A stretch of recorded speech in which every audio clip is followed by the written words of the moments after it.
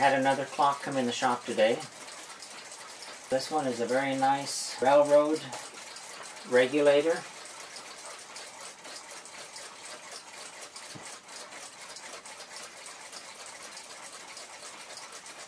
And we'll get that zoomed in so we can take a little closer look at it. And this one is a Seth Thomas. It looks to have the original hand-painted dial on it. Let's look at the back of it here. In the back of the case on here has some information on there, and we'll take a little closer look at that. First off, on the top on the left, it looks like at one time it belonged to a J. Jones or J. Johns. They've got their address as Colfax, Washington. And below that, you see 1915 F, which is the manufacturing date of when it went out of the factory. And F is the month, so that would be June of 1915. And below the 1915, there's a number 275. And all these clocks had a number on them. They were all regulated and certified. And this is clock number 275. And below the 275, it says Agent Hammer with some numbers under those. And I'm not sure what the numbers mean. And then a signature. And in this little area here, there's a date of 2/3/1926 with a signature. What that means could be anybody's guess. It could possibly be a watchmaker, clockmaker that had worked on it in the past. And then in the middle on the back, it's got the Union Pacific Railroad logo on the back of it. First thing I'll take loose here is I'll get this bezel off of here.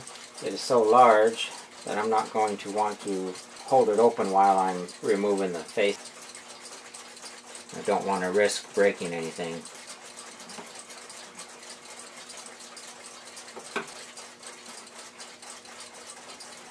And there's a lock on the back side here. It's held in with these brass clips that are soldered into place. That looks to be the original glass. The hands look original. This clock looks to be pretty much all original. Brass taper pin.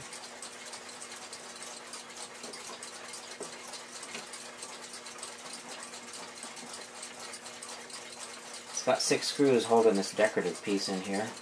So they call this an octagon top, short drop railroad regulator. They're used in the railroad houses. They're also used in a lot of businesses and schoolhouses. A lot of people would call this a school clock. This one's made by Seth Thomas Clock Company out of Thomaston, Connecticut, USA. Some people call this a classic Americana style oak wood case with octagon top and short drop. A lot of different names for it. Got a real nice reverse painted glass lower tablet. That black on there would be, call that an ebonized. And then the gold would be gilt. This one here has a wood brace behind here.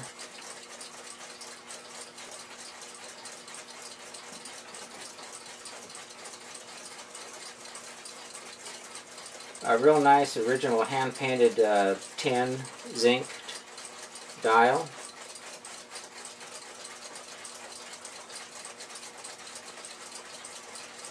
It's signed Seth Thomas. It does have some loss of black paint, and there's some scratches on the dial from the fingernails. A lot of these are scratched by just turning the minute hand around, and some of the people that weren't too careful, they'd take their fingernails and contact the dial, and then they would put scratches clear around. So whenever you adjust these clocks, you want to make sure you don't put your fingernails and rub them on the dial, because it damages the dial. There's a lot of the paint that has been pulled away from the numbers from doing that over the years. Got some crazing of the paint over here, and some paint chipping in the middle here from the fasteners. Other than that, the dial is in very good shape. Many of these dials are warped, and that's why they would put this piece of wood through here, is to take up any warpage that might happen to it. Set this to the side. We'll get this movement out and get it on the bench and see what's going on with it.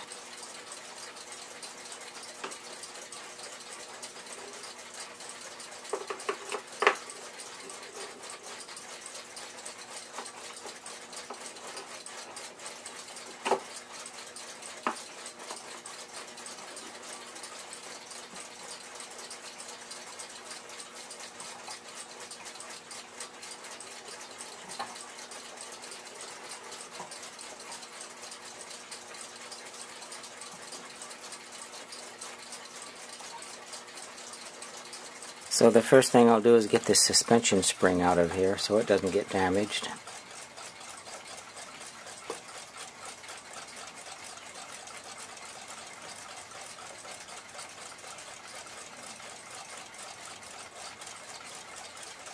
Looking at the markings on the movement, we've got an ST, which stands for Seth Thomas, made in U.S., America. Down here at the lower right-hand corner, we've got a 41A. Seth Thomas, on their movements, they had a date code, which was written backwards. That A stands for January, then you go to 1-4, and this movement was produced January of 1914. We'll check the pivots to see if they need any bushings.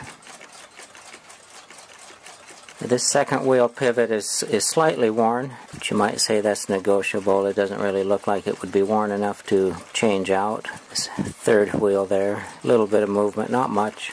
I'll look at the back side here.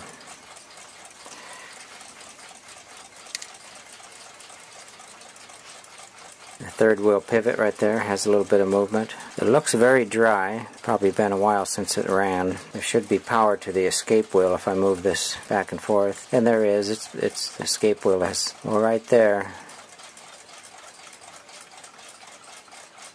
There's a little bit of movement on the escape wheel. All in all, this movement is in real good shape. Go ahead and get that mainspring secured and pull it apart, clean it and get it back together and get it going. To get that mainspring clamp on there, I'll need to wind it up completely.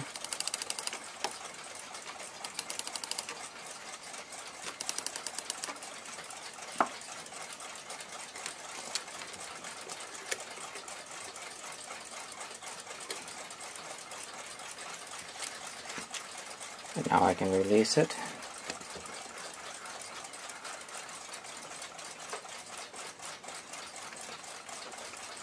Okay, that's completely released now.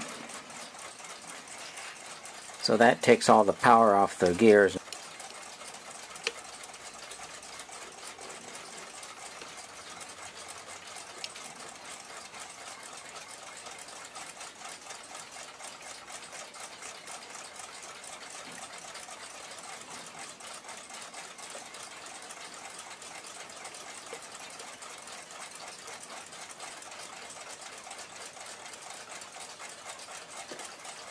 So we'll pull these wheels out of here and then go back and inspect them. Center wheel. Looks pretty clean. Oil on the second wheel is solidified. It's grease. It's turned to grease. It was green. You can see it's real waxy feeling. And this one here looked like it was okay. The escape wheel, very dirty.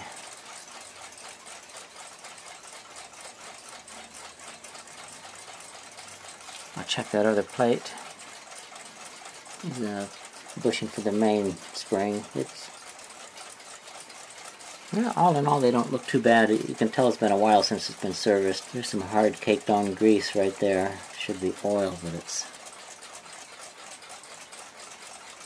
that's pretty dirty. I've seen a whole lot worse though. Check some of the wheels. The second wheel pivot, the oil is like grease here on this pivot. And it looks like either they put too much oil on it or somebody oiled the lantern pinions here. This oil has turned to a grease here too. There's oil inside this lantern pinion, and that's not good because it'll get on the gears. Check the next one. There's oil on this lantern pinion, probably from the main wheel. Maybe they over oiled the mainspring, but it'll spread from the pinion to the gears and then eventually gum it up. Third wheel. Lantern pinion looks clean on this one, and the pivots look real good. Escape wheel. Pivots look on real nice on this one. Center wheel. Everything looks very nice. We'll go ahead and clean it up and get it back together. So we've got the movement all broke down now. I'll take it out and run it through the cleaning machine. Some of the parts I'll clean by hand. We'll get that movement back together and get it running again. So we've got the movement all cleaned.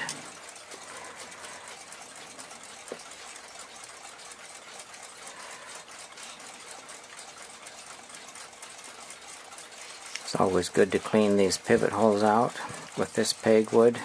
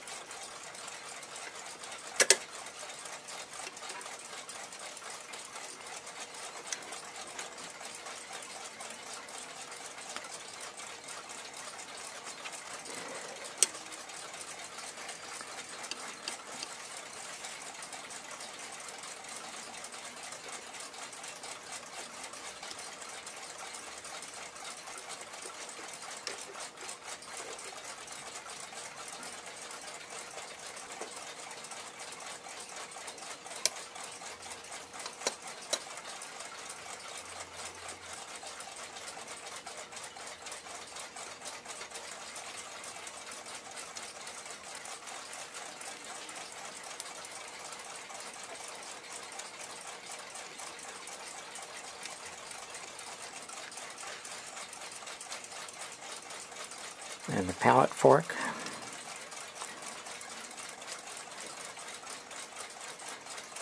Well, we'll put some oil on it, get it up on the test stand, and see how it does.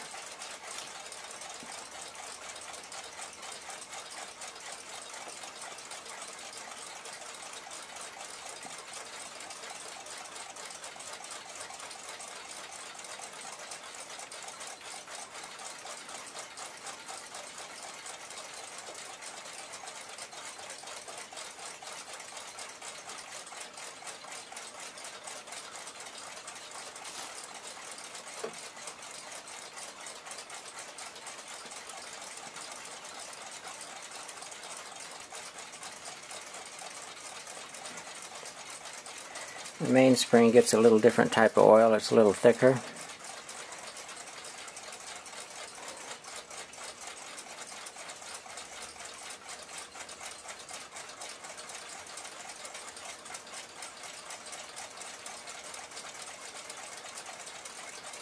Just a few drops on it and it'll soak in. Mainspring pivots get a little heavier oil.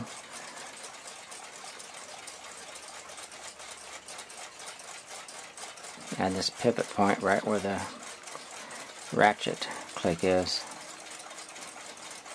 The mainspring still has a clip on it, so I'll go ahead and get that clip off of there.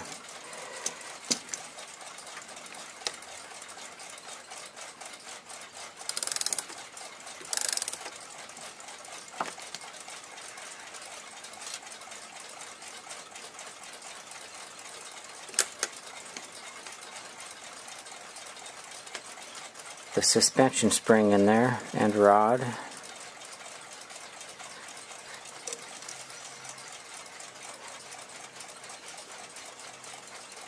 Time to mount it up on the test stand and see how it times out. So the movement's been mounted on the test board for a week and a half now, and it's performed flawlessly. It's time to put it back in the case. Always need just a tad bit of oil right here where the escape wheel touches the impulse tooth, right in there.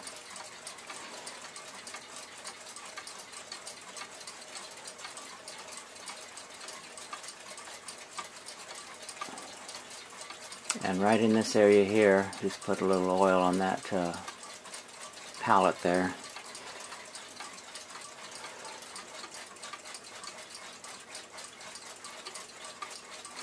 Looking at the inside of the clock, you see some directions in there. Get a light in here.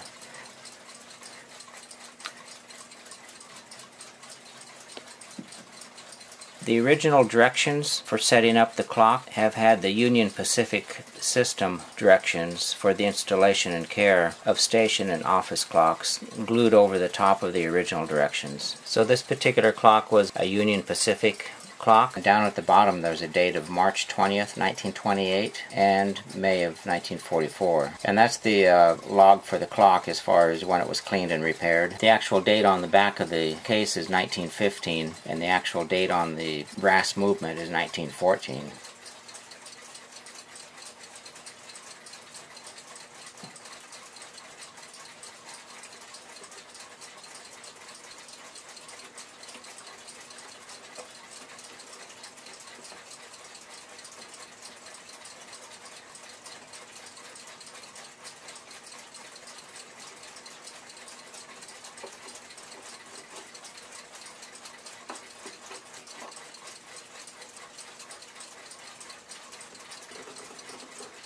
We've got the movement mounted in there. It's time to put the dial on there. And the dial is in excellent shape for its age. Nice original tin dial, hand painted. Got the Seth Thomas logo on it.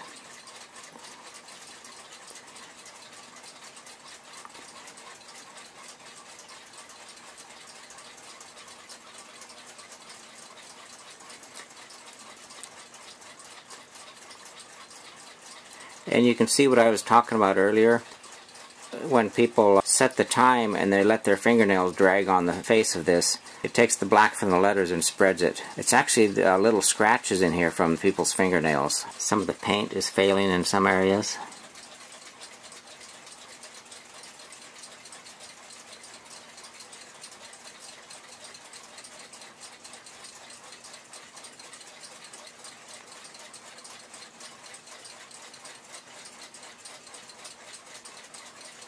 And over time you've got the metal dial and then the paint on the face of it. And the metal dial and the paint expand and contract at different rates. And eventually the paint will start failing on the surface. And somebody has come in here and put a screw in here. This screw goes to a wood brace behind there. A little bit of paint chipping. Otherwise it's a very nice dial.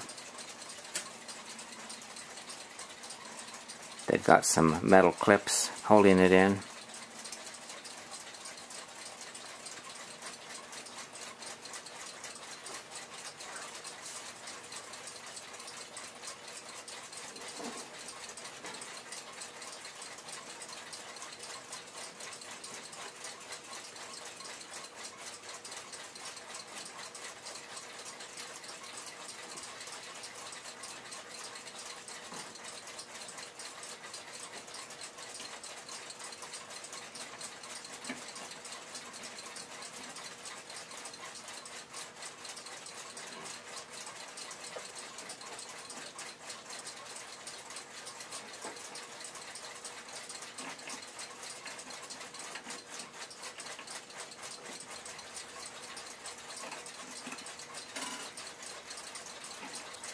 Brass taper pin goes in here.